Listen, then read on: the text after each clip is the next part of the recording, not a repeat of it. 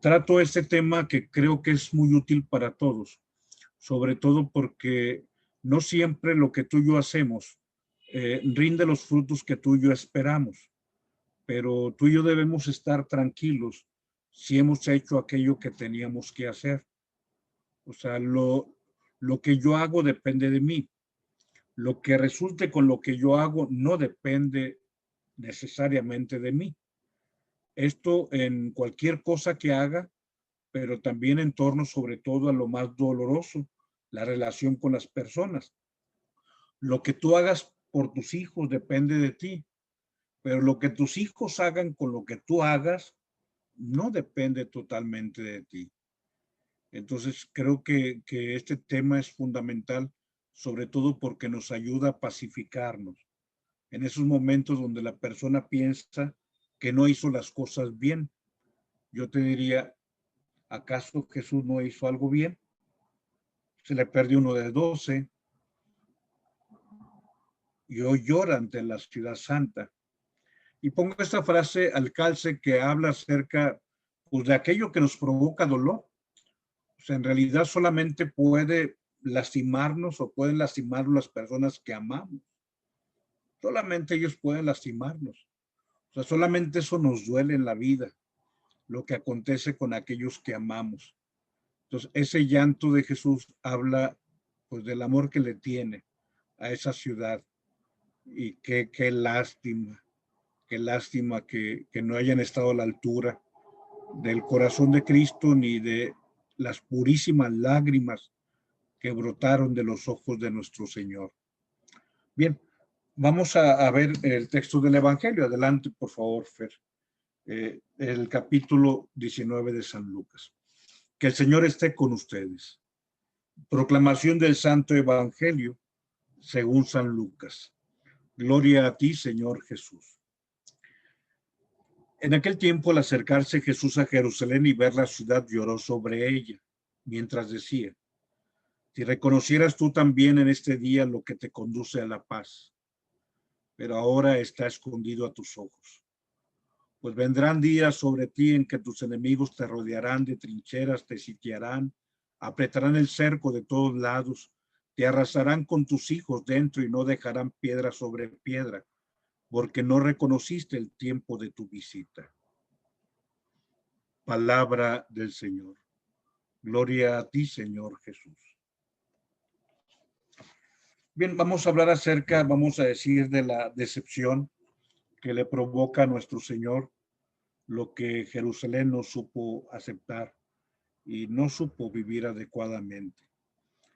Por eso quisiera adelante recrear una imagen de cuando yo estaba en la preparatoria del seminario. Eh, Mi maestro de latín era Monseñor Miguel Ángel Alba Díaz, y junto con don Gustavo me iban a poner el examen en tercero de preparatoria. Era, digamos, un examen pues complicado, sobre todo por quienes eran los sinodales, dobles sinodales que ahora son señores obispos, don Miguel Ángel, obispo de La Paz, don Gustavo, obispo de Yucatán, digamos desde una punta de la península hasta otra parte de otra península, y pues bueno, ellos eran los que estaban ahí.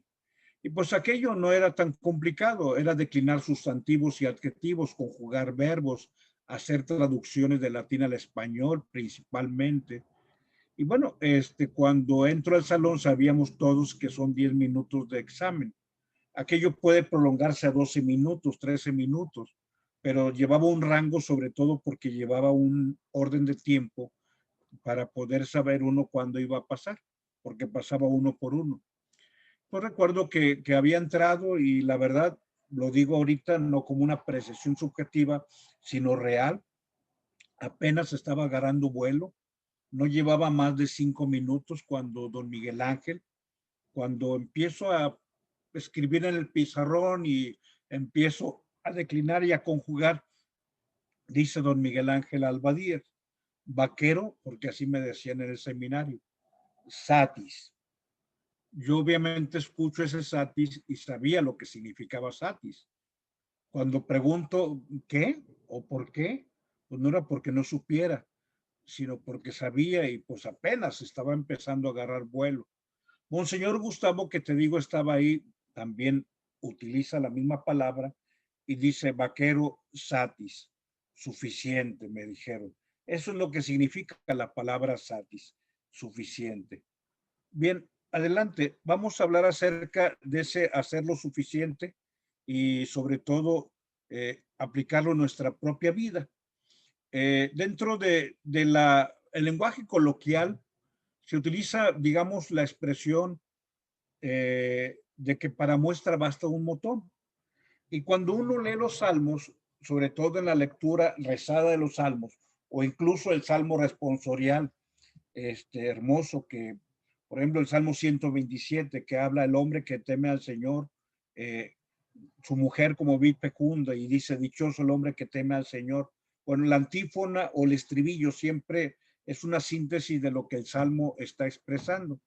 Entonces, aquí hablemos acerca de que satis no significa ni mucho ni poco, simple y sencillamente significa suficiente, que es lo más esencial de nuestra propia vida, hacer lo suficiente.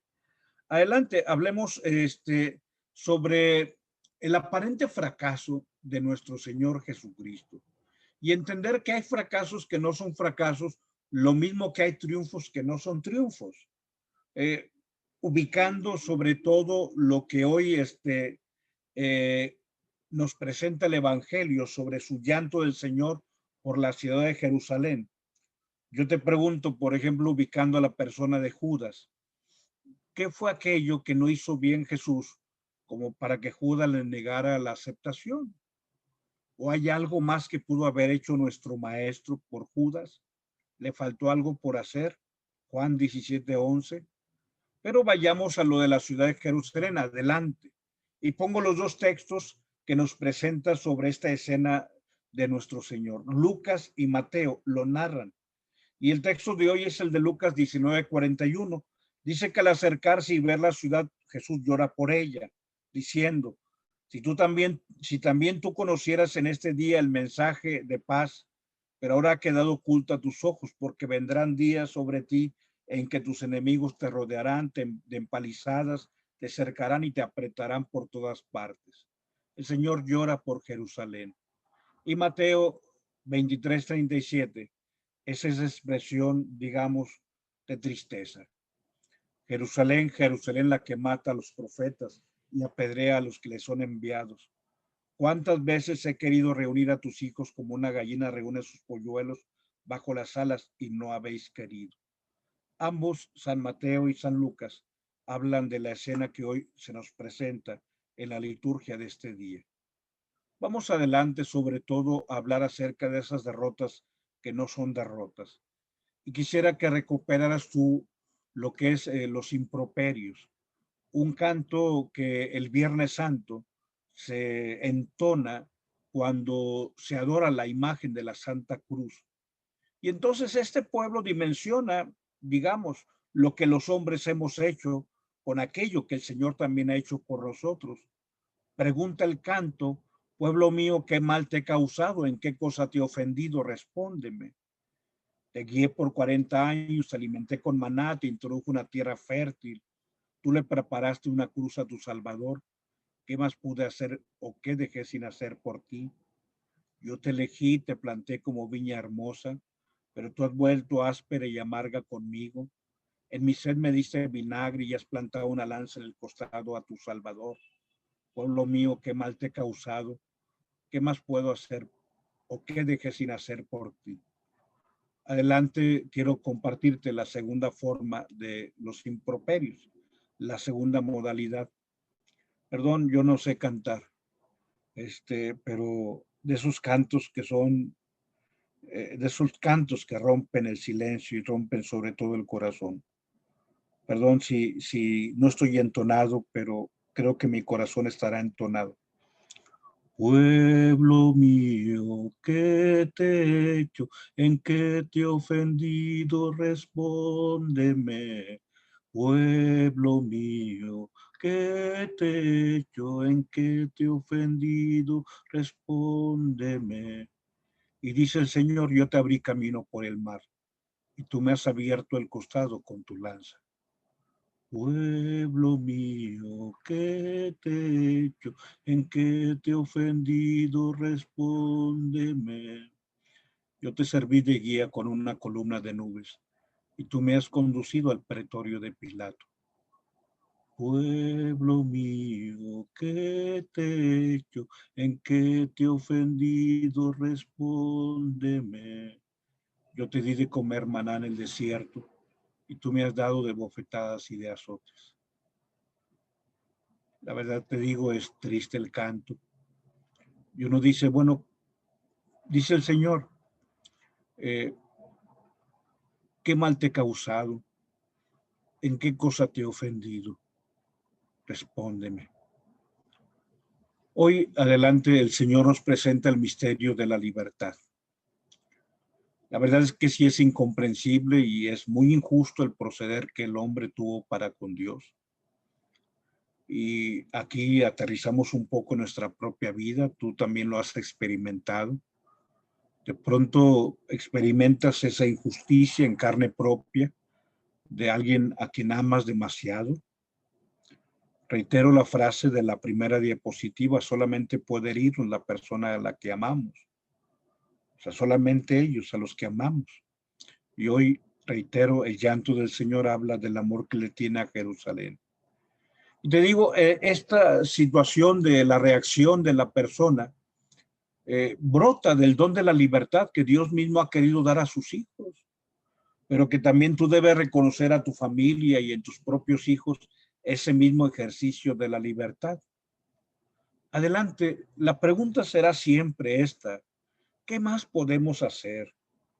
Eh, yo sé que en verdad es fuerte a causa de nuestra inconsistencia la pregunta de aquel que nos ofrece el amor más alto y que recibe el desprecio más mezquino. Debería quedar grabada en nuestra mente. ¿Qué más puede hacer por ti o qué dejé sin hacer por ti? Y siendo objetivos, tú lo sabes, o sea, él lo hace todo. No le faltó hacer absolutamente nada. Pero un día el Señor, que nos hizo libres, se encontró con el ejercicio de la libertad, con que quiso proveernos y simple y llanamente, pues, se encontró con el desprecio, el respeto, aun cuando hayamos sido injustos y sobre todo hayamos provocado el dolor. Pero aquí es donde reitero la afirmación. Adelante. Hay fracasos que no son fracasos. Digamos, la enseñanza es para todos nosotros que pretendemos tener el control sobre todas las acciones, pero no tan solo en lo que hago, sino también la reacción de mi acción. O sea, tú no te debes desgastar. A veces alguien dice, padre, es que yo no sé qué ha pasado, padre, yo no sé en qué fallé, yo no sé en qué fracasé, yo no sé, qué me faltó hacer por mis hijos. Si tú hiciste todo lo que tenías que hacer, en paz. Padre, es que yo nunca esperé que esto sucediera en mi familia. Adelante, hay cosas que no dependen de ti ni dependen de mí. No estoy ya no, perdón. Hay cosas que no dependen de nosotros. Y cada dueño, uno es dueño de la semilla que siembra, pero no puede controlar los factores por los que viene la cosecha que se levanta. Jacinto de Benavente dice que del sembrador depende la siembra, pero no depende la cosecha. ¿Qué siembro? Sí depende de mí y sí depende de ti, pero la cosecha no depende de nosotros. Depende de un montón de factores.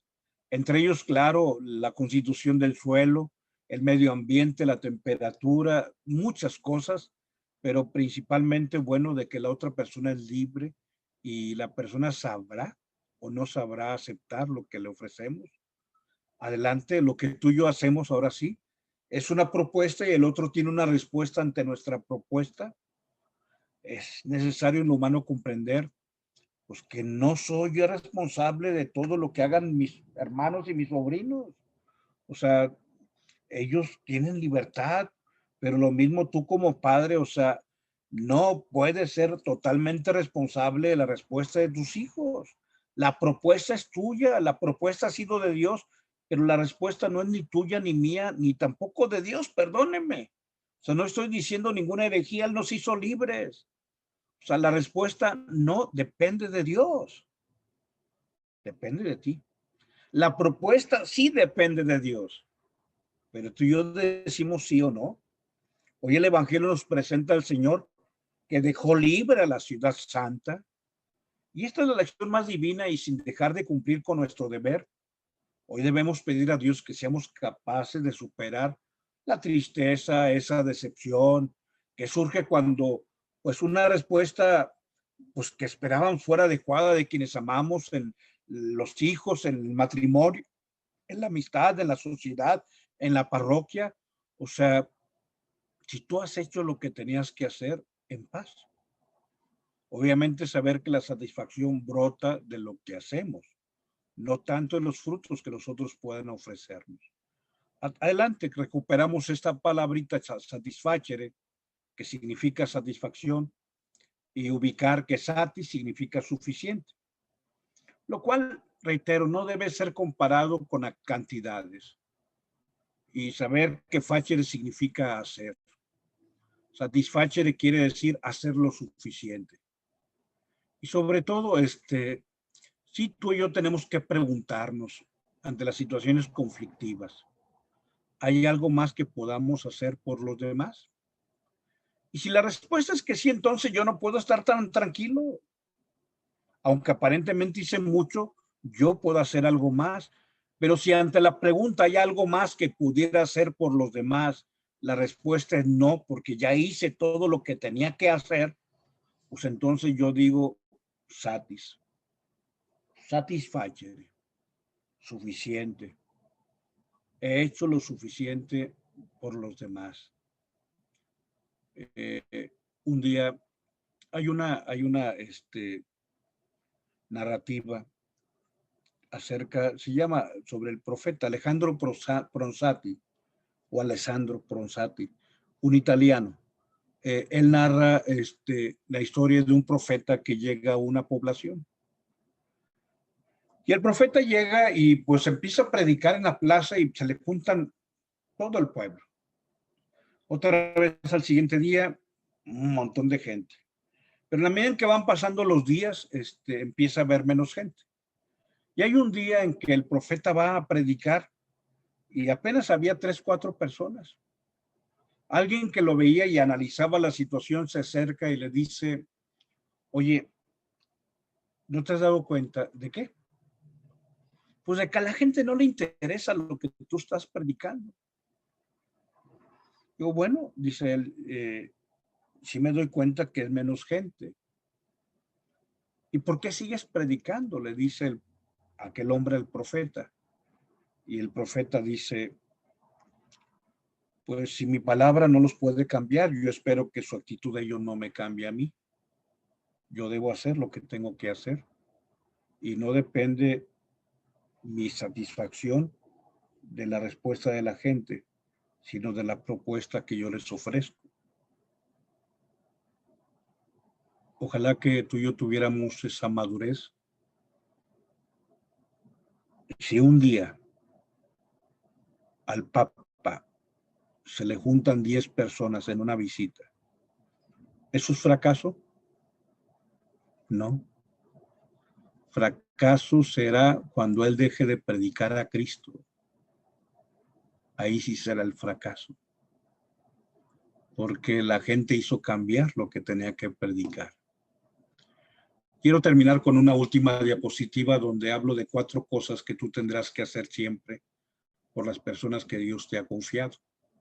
Reitero, de pronto perdemos un poco la paz. Padre, a ver, ¿qué puedo hacer por mis hijos? Cuando tus hijos ya son mayores, incluso cuando estén casados, e incluso cuando esos hijos te den nietos, incluso cuando esos hijos sean muy reconocidos socialmente, incluso cuando esos hijos traigan un elegante coche y lleguen a tu puerta, cuando tus hijos ya sean grandes, ¿qué puedes hacer por ellos? 4 cosas. Primero, tú tienes la obligación de darles un buen consejo. Que lo tomen o no, no depende de ti, pero sí depende de ti dar un buen consejo. Segundo, junto con dar un buen consejo, tú les debes un buen ejemplo. O sea, lo que tú les aconsejas, ellos deben de verlo contigo. Recuerda que las acciones hablan más fuerte que nuestras palabras. Recuerda que lo que yo oigo se me olvida, pero lo que yo veo nunca se me olvida.